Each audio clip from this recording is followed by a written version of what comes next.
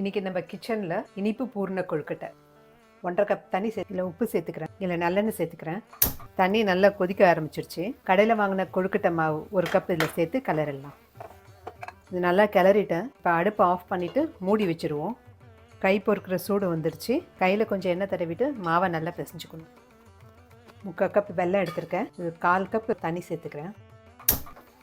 வெல்லம் நல்லா கரைஞ்சிருச்சு. ஒரு வானலில் நெய் சேர்த்துக்கிறேன். இது கூட 1 கப் தேங்காய் நல்லா ஈரம் போய் வாசனை வர வரைக்கும் வதக்கிக்கணும். தேங்காய் நல்லா வதங்கியாச்சு. இப்போ வெல்லத்தை வடிகட்டி சேர்த்துப்போம். இது கூட ஏலக்காய் பொடி சேர்த்துப்போம். இப்போ இந்த ஈரப்பதம் போய் சேர்ந்தாப்பில் வந்துடுச்சு. இப்போ இது கூட பொட்டுக்கடலை மாவு சேர்த்துக்கிறேன். ஒரு கிளறி அடுப்பு ஆஃப் பண்ணிட வேண்டியது தான். இப்போ கொஞ்சமாக மாவு எடுத்து உருட்டிப்போம். இலையில எண்ணெய் தடவிட்டு நல்லா தட்டிக்கணும். இப்போ இதில் பூர்ணத்தை வச்சு இலையில கொஞ்சம் லேசாக எண்ணெய் தடவிக்கும். இப்போ கொழுக்கட்டையை வேக வச்சுப்போம். நிமிஷம் ஆயிடுச்சு. இப்போ திறந்து பார்ப்போம். நல்லா வெந்துருச்சு. கொஞ்சம் நேரம் ஆற விட்டுட்டு அதுக்கப்புறம் எடுப்போம். பூர்ண கொழுக்கட்டை ரெடி.